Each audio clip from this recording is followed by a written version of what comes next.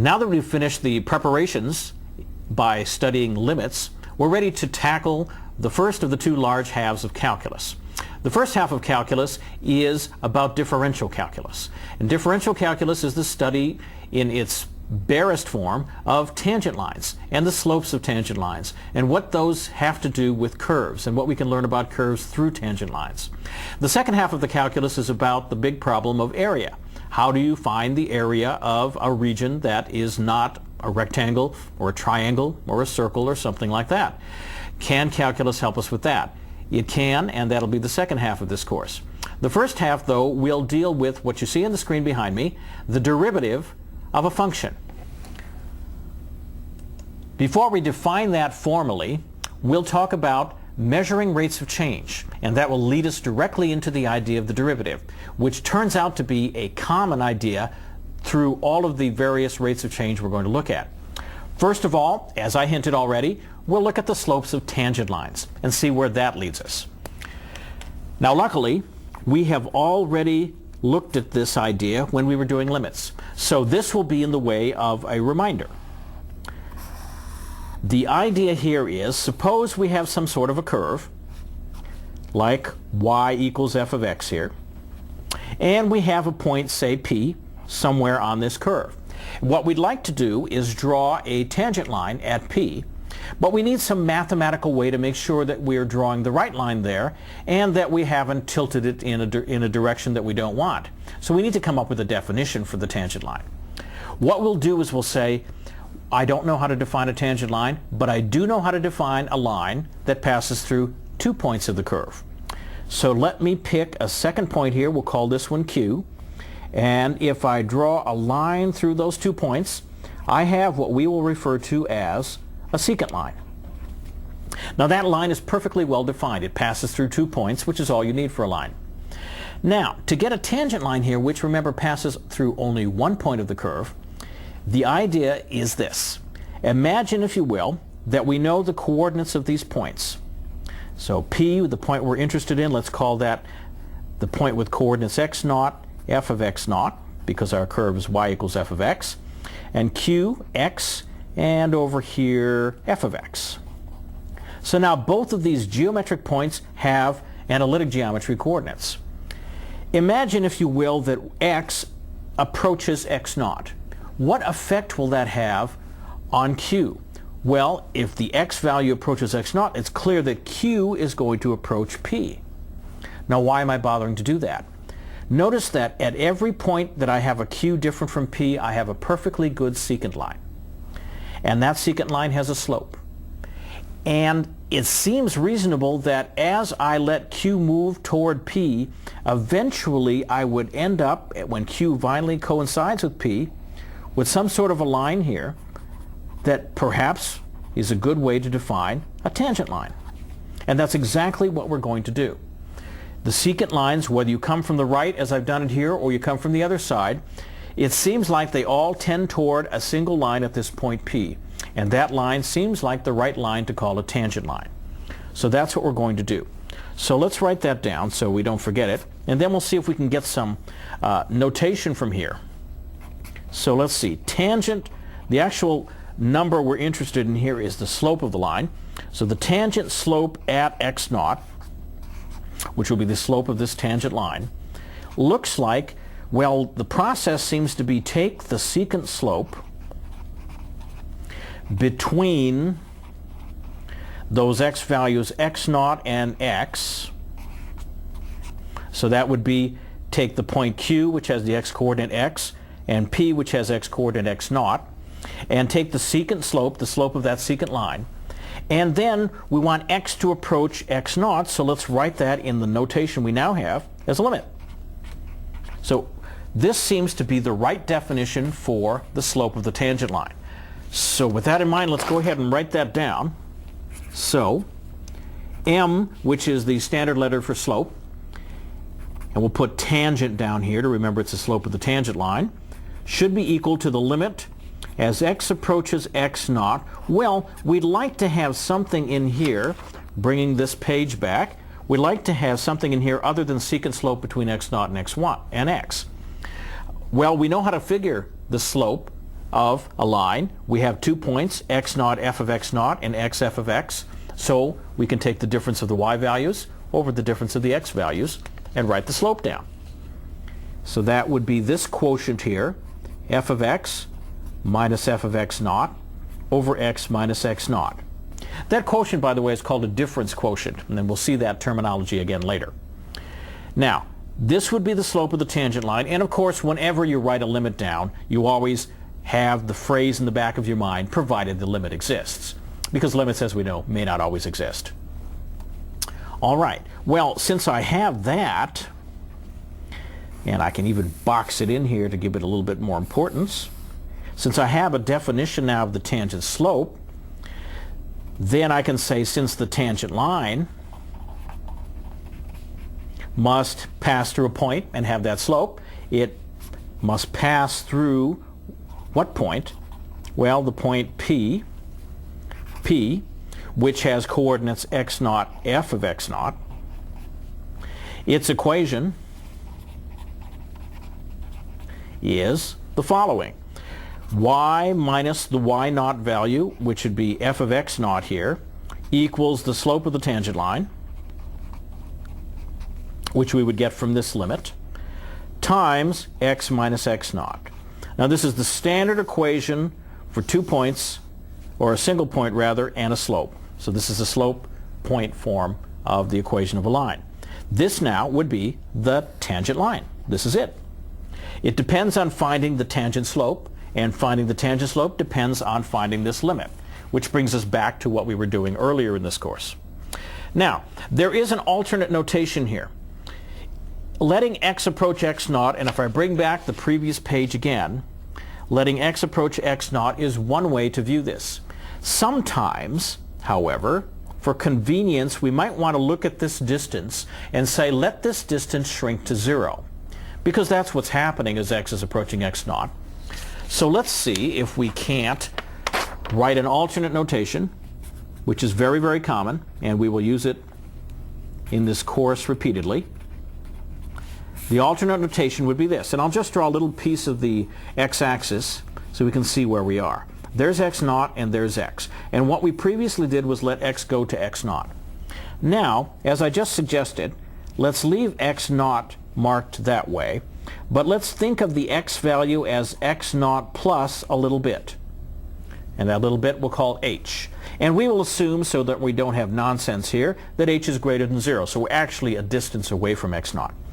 And then when we say approach, let x naught plus h approach x naught, what is happening? The h value then is simply shrinking to 0. So this is another way of saying h, which is the difference here between the two, x minus x naught, is going to 0 in this process. Thus, we can rewrite our tangent slope using this new notation. The limit, instead of letting x approach x naught, we'll simply say, let's let this difference, the distance h, go to 0. So we'll let h go to 0, and then f of x naught plus h minus f of x naught over h. And so you can see that this is already appearing to be a simpler expression. Instead of x minus x naught down here, we have a simple h. This is extremely handy. So let me write that down so you don't forget it. It's very handy, and we will use it repeatedly. Now, since we're looking at tangents, let's do an example where we go ahead and find the equation of a tangent line. So, find an equation for the tangent line to the curve y equals 2 over x at the point on the graph of the curve 2, 1. So, and you can check that this point is actually on the curve. You put 2 in for x, you see y is 2 over 2, which is 1. So this is actually a point on the curve. So, to get the equation of a line in the form that we've just been talking about, we need a point and a slope. We have the point, so that's the easy part. And then we need to find the slope of this tangent line. Well, we have a formula for that now, so we can go ahead and calculate that. So let me just mark down that we have the point so we don't forget it. And that, remember, this point is the point we previously called x naught, f of x naught. We need the tangent slope. And as I said, we have a formula for doing that. Let us remind ourselves that here, x naught, as you can see from here, is equal to 2. And the function in question, f of x, of course, is 2 over x, even though we called it y in the statement of the problem. That is our function. So that means the slope of the tangent line, m subtangent, will be by definition the limit as h approaches 0. I'm already using that second form, f of x naught plus h minus f of x naught over h. And then let's move to the next page where I can fill it in with the function that I have here and the x naught that I know. So m subtangent continuing will be the limit as h approaches 0. Now, I need to put in f of x naught plus h.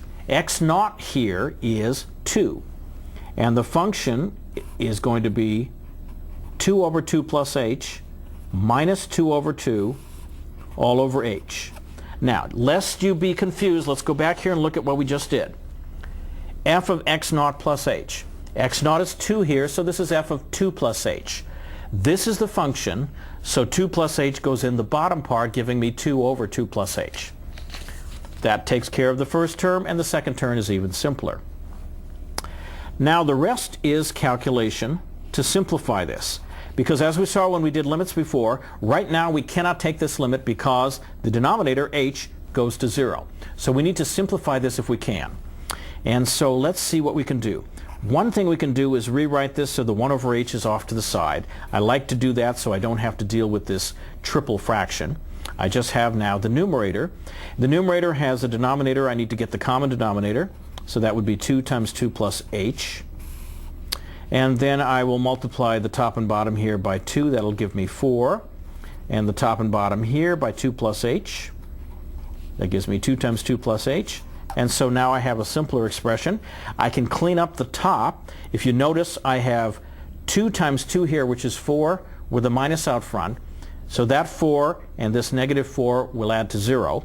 So on the top I'll be left with minus 2h, and on the bottom with 2 times 2 plus h.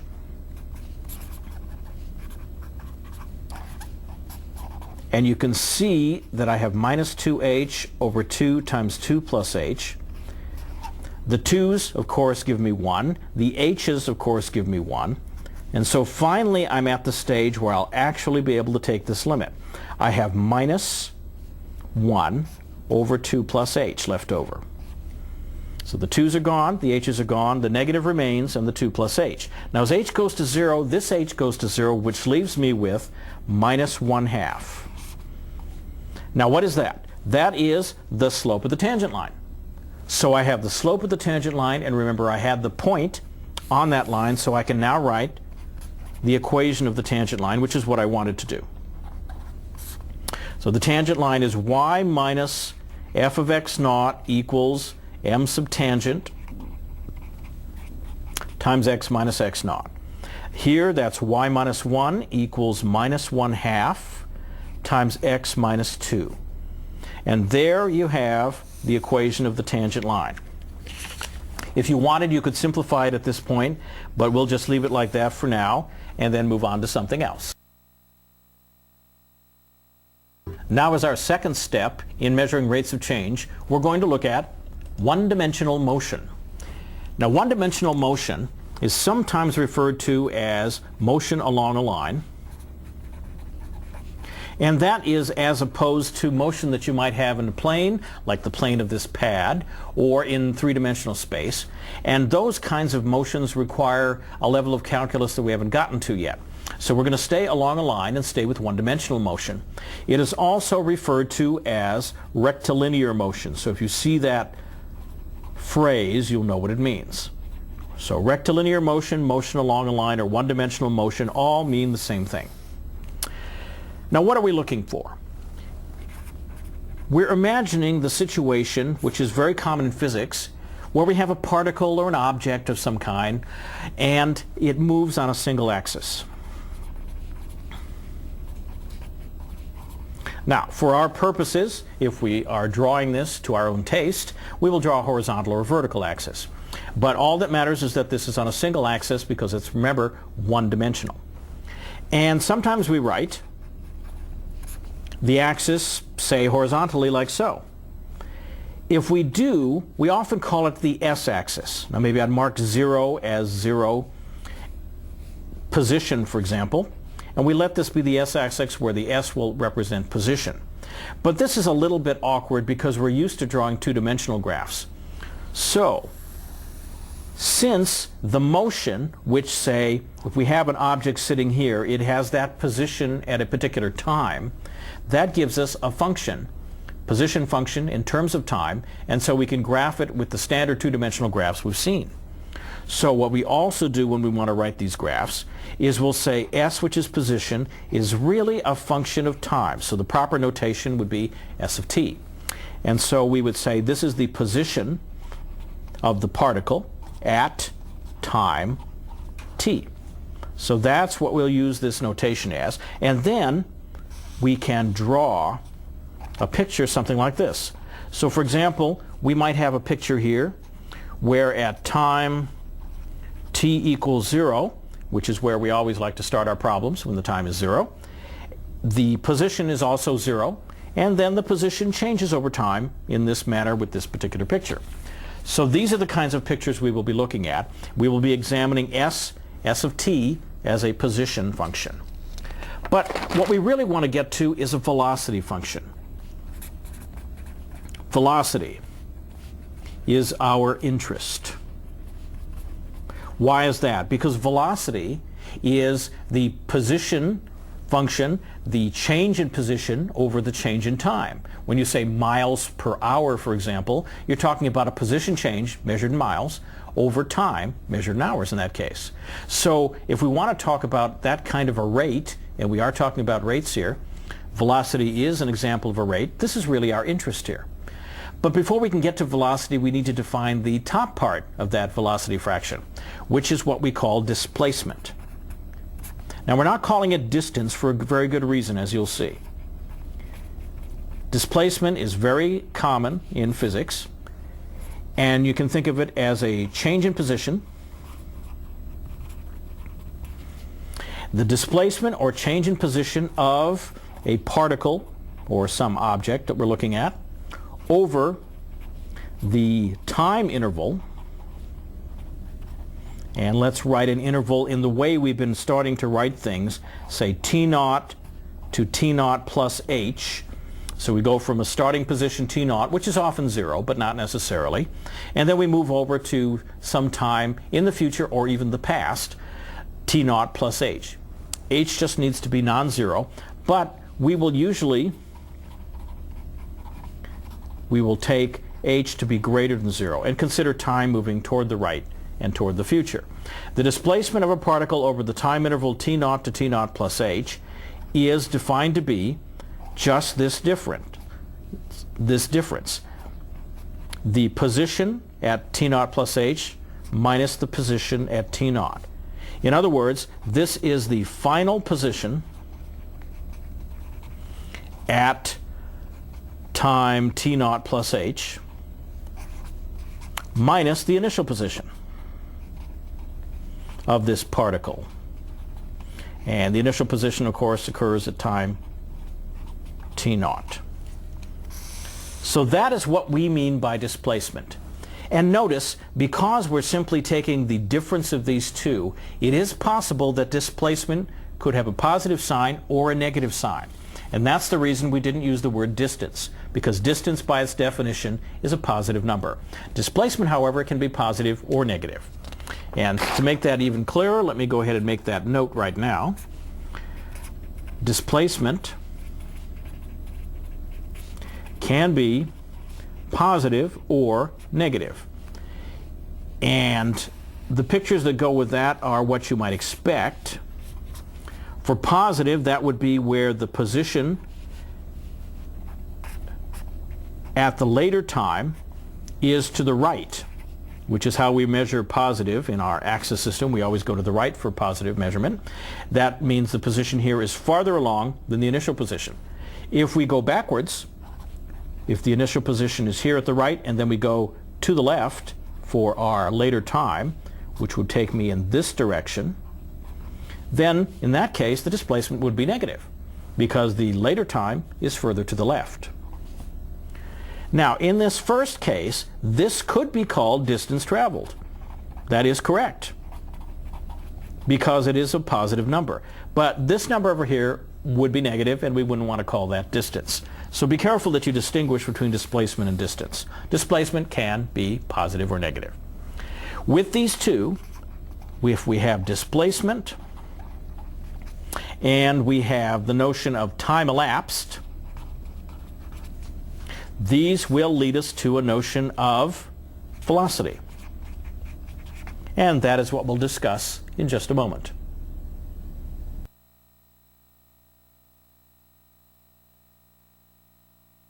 Now we'll address the first kind of velocity we want to look at, which is average velocity. This will be different from what we look at later. With average velocity, and we'll go ahead and say over a particular time interval, because that's how average velocity is calculated. Over the time interval here that we marked before, t0 to t0 plus h, again assuming, as always, that h is greater than 0. The definition then of average velocity will be the following. We'll use the letter v for velocity. We'll put a subscript here which will eventually abbreviate, but I'll write out the word right now, average. And I'm going to also put the interval t0 to t0 plus h here to remind us that we're dealing with an average over this interval of time. The velocity is defined to be the displacement that occurs over this period of time, over the time elapsed. Now since we already have notation for this, we can go ahead and replace that by the notation. Displacement is the final position, s of t0 plus h, minus s of t0, over the time elapsed. And if the time goes from t0 to t0 plus h, the time elapsed, of course, is just h. So there is our definition of average velocity. Now notice, average velocity is a quotient, and that quotient has an h in the denominator, and the h down there we said has to be greater than 0 so that there's an actual interval here. Average velocity is limited to a calculation over an actual interval. Now, if we wanted the velocity at a particular point in time, like t0 for example, this calculation won't work, will it? As we saw when we did limits, we would be trying to divide by 0, and that won't work. So if we want the velocity at a given point, we'll have to think of something else. Luckily, we have the tools for that. Before we get to that, let me remind you of the fact that velocity is an object that is unlike some of the numbers you've seen. Velocity consists, or has the following two properties, consists of both a magnitude, and in the case of velocity, the magnitude is speed. And velocity also consists of a direction. And here the direction will appear as either a plus or a minus sign. And that's because velocity is what we call a vector. It has two properties, unlike speed, which is not a vector. Speed would be saying you're going 30 miles an hour. Velocity would be saying you're going 30 miles an hour west, for example. Now, since we're doing a one-dimensional motion, there are only two directions, and plus means go to the right, negative means go to the left, so that's all we need. If we were in 2 space or 3 space, we'd have to deal with the whole direction issue. But luckily, we can keep that simple. So velocity is a vector, and just for the record, that means that if we take speed, and we take speed based on the average velocity, so we'll call it speed average, is going to be the absolute value of the velocity average, or the average velocity. That removes the plus or minus sign, makes this positive, and tells you the speed, which is always a positive number. Let's look at an example so we can explore this a little bit. Suppose we have a position function given to us. And that position function, say, is s of t equals 1 plus 3t minus 2t squared, where, let's say, t is in seconds and s is in meters, which I will abbreviate just with the letter m. Now here's the question. The question is find the displacement. We know how to calculate that. The displacement and the average velocity over the time interval, and I have to give you a time interval for both of these calculations, the time interval from 1 second to 3 seconds. So let's look at how we might calculate this. First of all, let's do the displacement. That's the easier of the two. The displacement is the final position minus the initial position. The final position, let's write this out, the displacement is equal to the final position minus the initial position.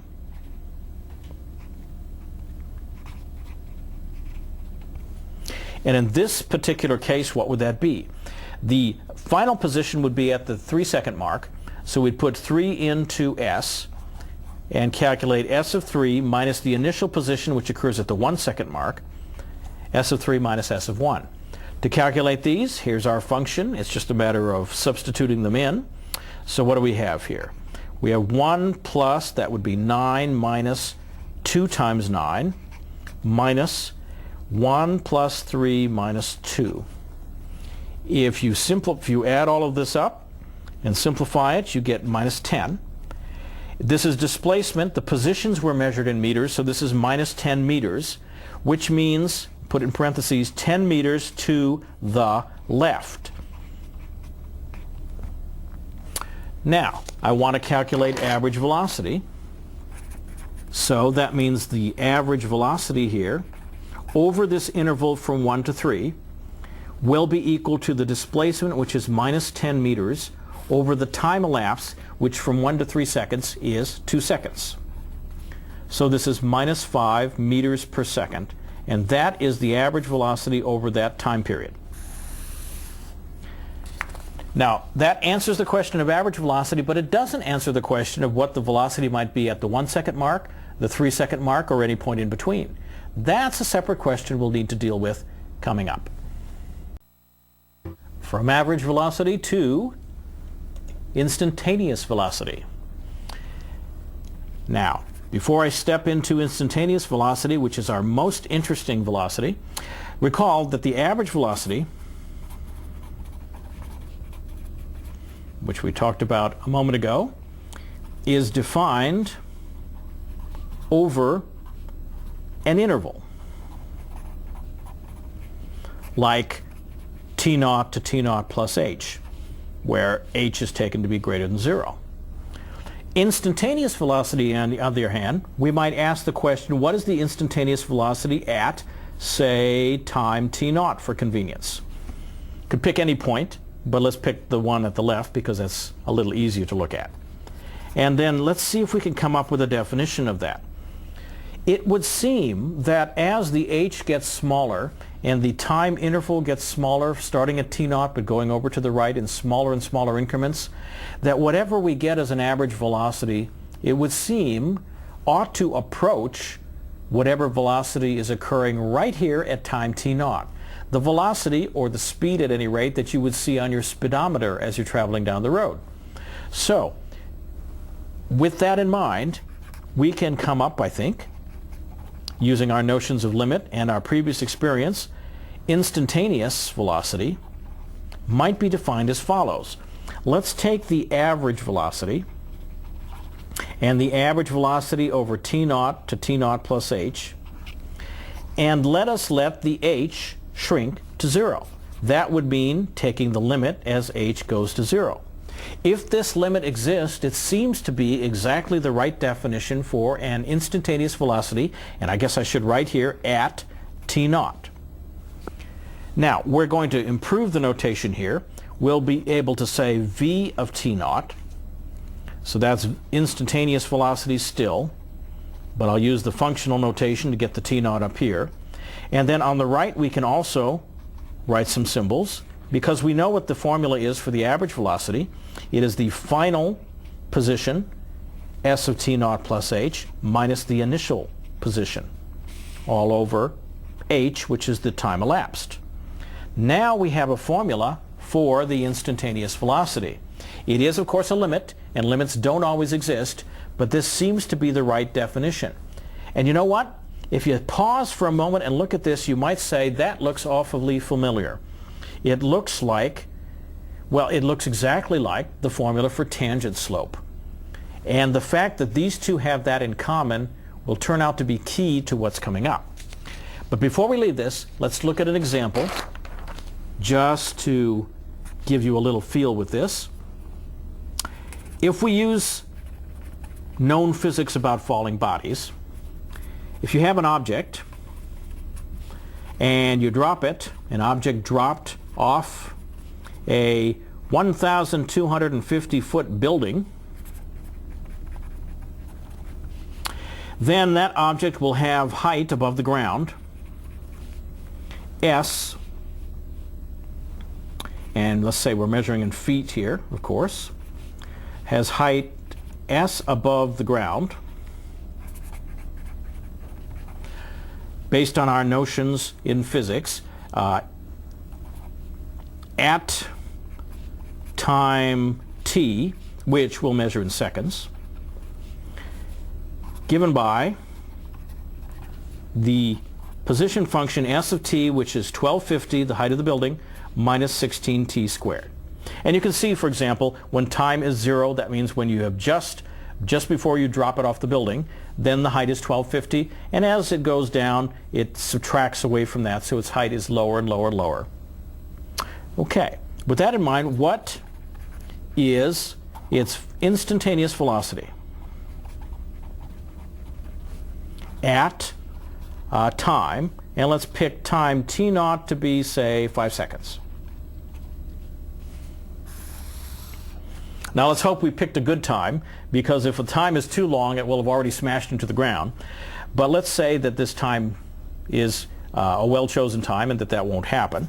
So we'll actually have a calculation here. Now the calculation is very straightforward. We have the notion from the previous page.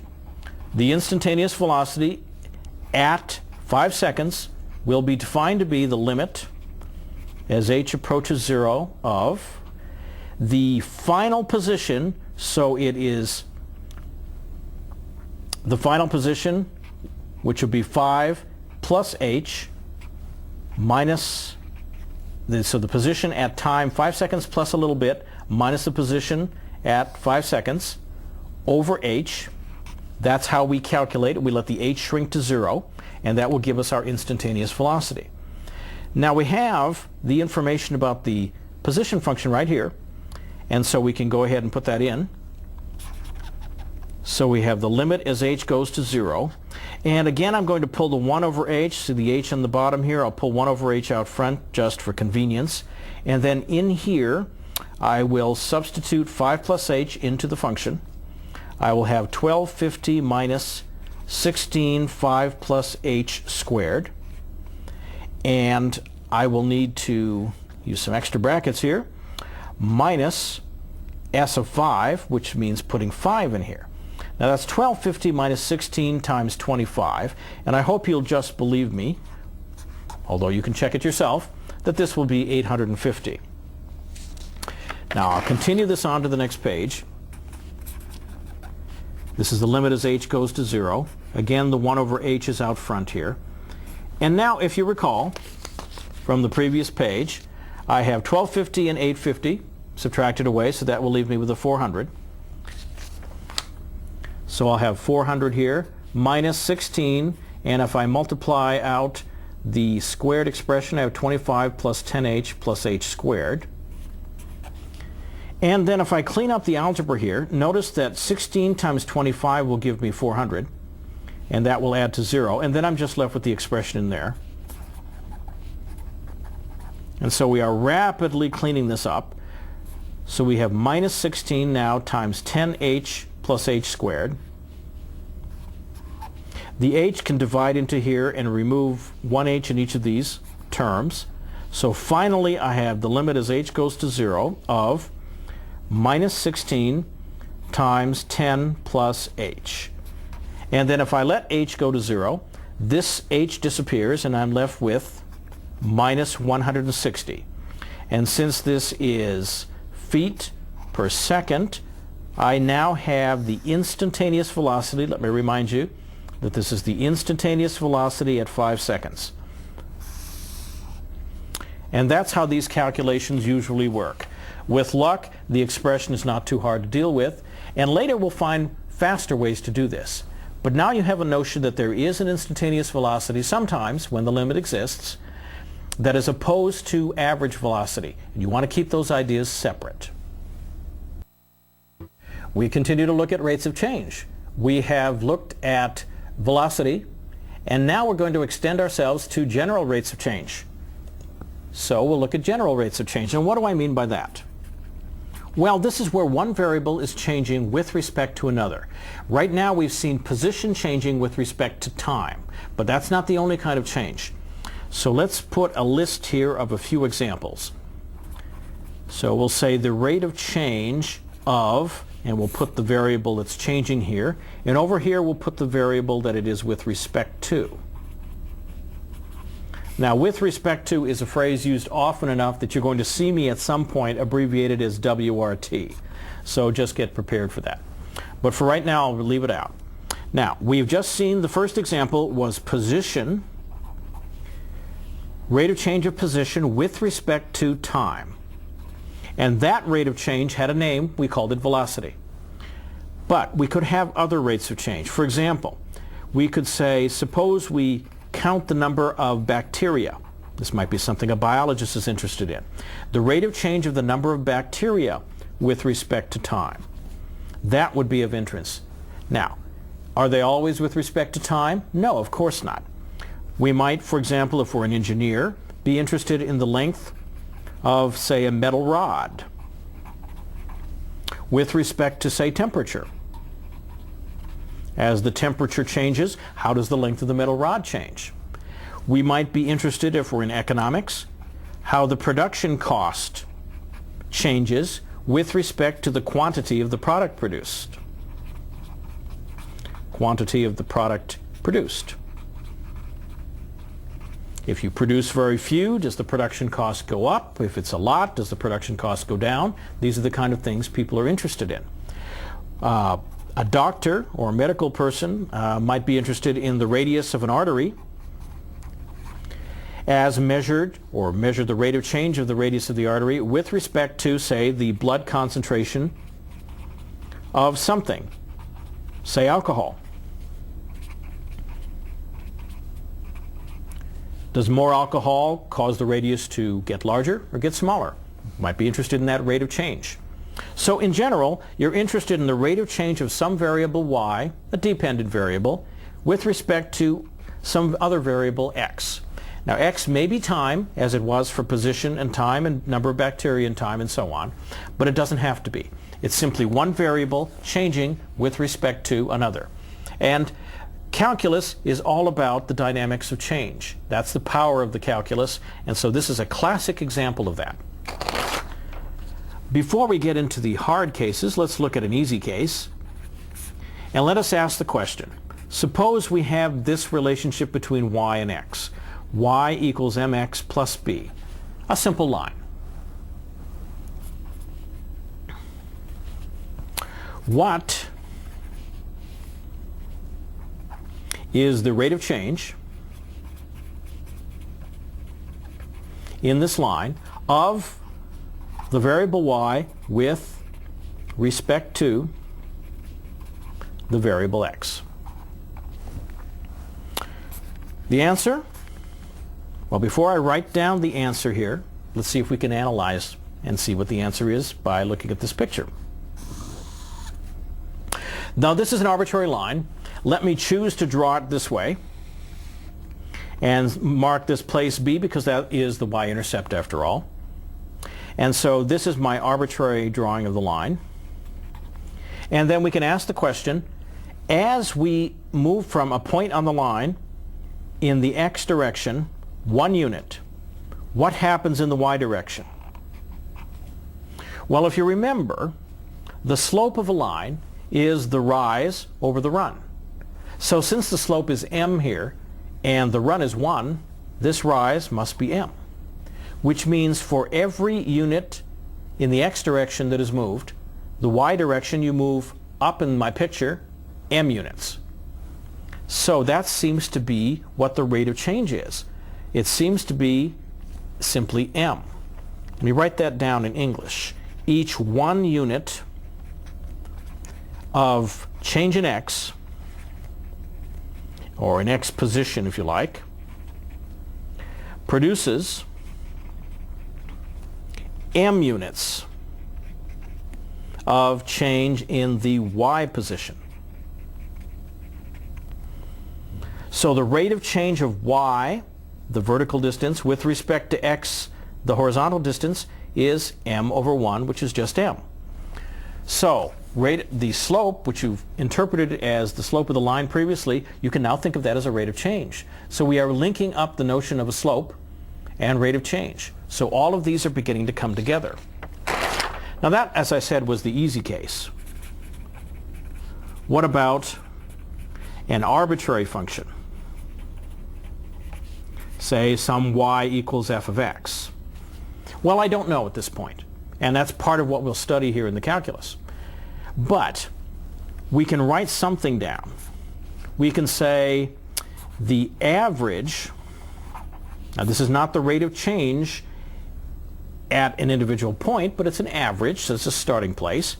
The average rate of change, this should remind you of average velocity, the average rate of change of y with respect to, there's that abbreviation x, over some period where x goes from x naught to x naught plus h. So remember to put this in the context of average velocity, which you've seen already. The average velocity of y with respect to t over t naught to t naught plus h was the example we saw before. Here, the x is more general, so we just write x. The average rate, and we might even adopt a new notation, r for rate, and write average, just like we wrote average velocity. That ought to be the change in y, how y is changing with respect to the change in x. In other words, that ought to be the difference in the y values. Now, if the function's f of x, and we're going from x naught to x naught plus h, that would be f of x naught plus h minus f of x naught, that's the difference in the y values, over the difference in the x values, but the difference in the x values is just h. Now wait a minute. I have seen this expression before. This looks exactly like average velocity. It also looks exactly like the slope of the secant line. And that is the key that we're beginning to see here. There is something common to all of this. If we then went from average rate of general change to instantaneous general rate, what would we be doing? We would have the limit as h goes to 0 of f of x naught plus h minus f of x naught over h. And that is exactly the expression that we have seen before. So we are certainly on to something here, and that is what generated the first half of the calculus and what we'll get into after we do a couple of exercises. Now, a couple of exercises. The first one is a series of graphs that I want to show you. So what I've got here are 4 graphs drawn out, and for each one, I'll draw them as the last thing I do here. For each one, I want to have you answer the question, does the velocity instantaneous, so the instantaneous velocity, increase or decrease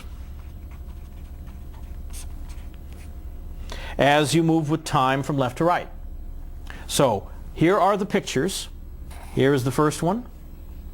Here is the second one. Here is the third one. And here is the fourth one.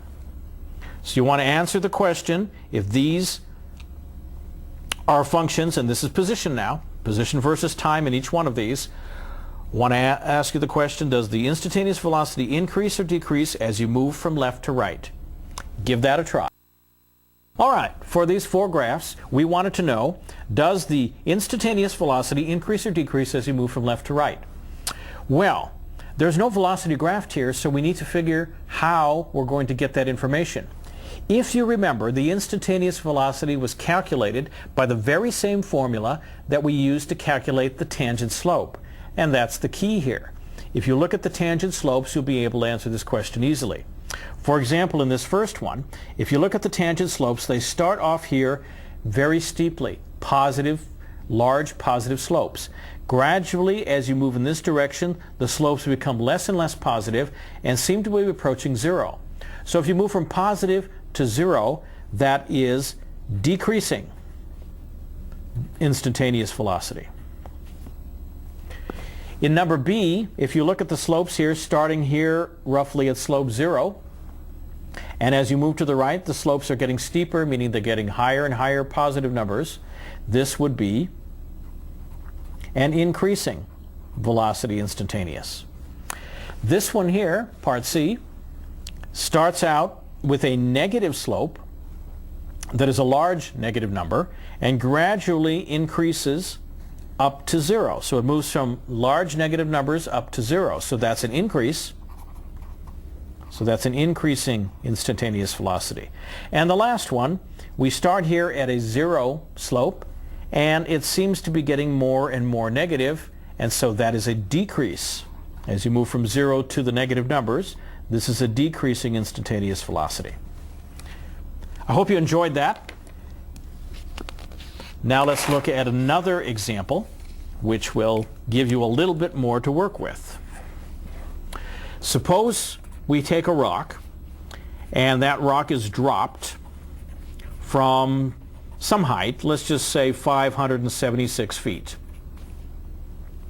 And then we're given the following information, that the distance it has dropped, so that'll be a positive number, that is given by the following expression, S of t equals 16t squared feet, of course. Now let me pose 3 questions for you. First question is, when does the rock hit the ground? When does the rock hit the ground? Now part of this problem, of course, is learning to read the English and pulling out the mathematical questions. The second question is, what is the average velocity, so I'll write it with the symbol here, of the rock while it's falling? Or, let's see, while it's falling, or say during its fall.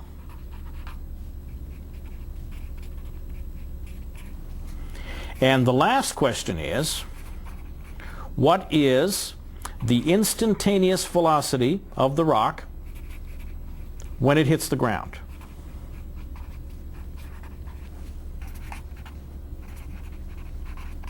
So there are your 3 questions. A rock is dropped from 576 feet. The distance dropped is given by this expression, which you see is always a positive number. When does the rock hit the ground? What is the average velocity of the rock while falling, or if you like to phrase it, during its fall? What is the instantaneous velocity when it actually does hit the ground? Give that a try. Now this problem should be fun. We have this rock dropped from 576 feet, and we know that the distance it has dropped is given by this formula. First question is, when does the rock hit the ground? Now, our translation here has to be for the word when. When means at what time t does the rock hit the ground? The second piece of the translation is, what does it mean rock hit the ground? All I have is a distance formula.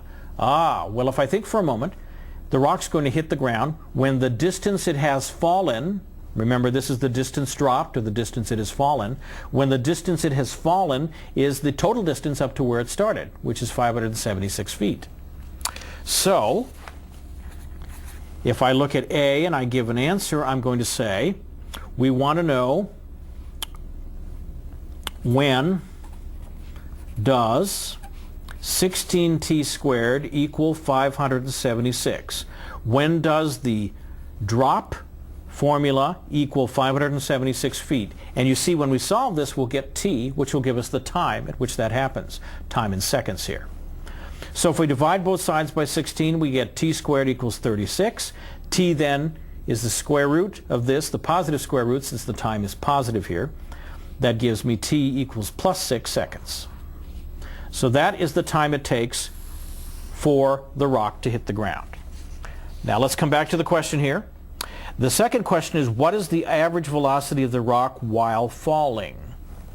Well, or during its fall. The only way that this can have any meaning is if we talk about the entire time that it was falling, so that the interval over which we're taking the average is the initial time, which we can call time t equals 0, and the final time when it actually strikes the ground, which we have just learned is time t equals 6 seconds. That is the only one that would make any sense here, because otherwise we could pick any two times in there and compute all sorts of averages. So this is during the entire time of its fall, and that's going to have to be how we interpret this. So for part B, the answer will be the velocity average will be the final time, the position at the final time, minus the position at the initial time, over the difference in time. This is how we calculate average velocity. This is the distance dropped. At 6 seconds it has reached the ground, which means it's 576. The initial distance, of course, is 0, and then 6 minus 0 on the bottom. 6 into 576 is 96, and this is feet per second. So that is the average velocity over the entire time period from 0 to 6 seconds. Our final question, what is the instantaneous velocity when it hits the ground? Well, when it hits the ground, we've already figured out in part A. We know it hits the ground at 6 seconds. Instantaneous velocity, we know, is taking the limit of the formula for the average velocity as we let that h value, which was positive, approach 0. So we know the calculation we need to do here. So let us go ahead and do it.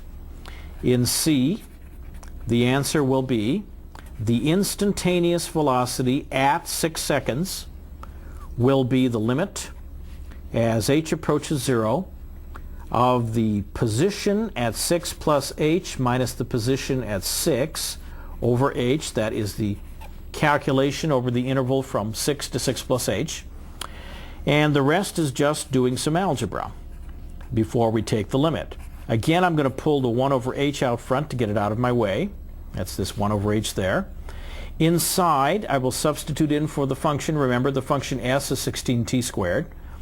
So the 16 times 6 plus h squared minus s at 6, that is the distance it has fallen, which is the total distance of 576. Now if I multiply this out and I do a little algebra, I will once again end up with something that cancels out very nicely. I will have 16 here times 36 plus 12h plus h squared minus 576. The 16 times 36 is 576, which adds to 0 when we subtract away 576.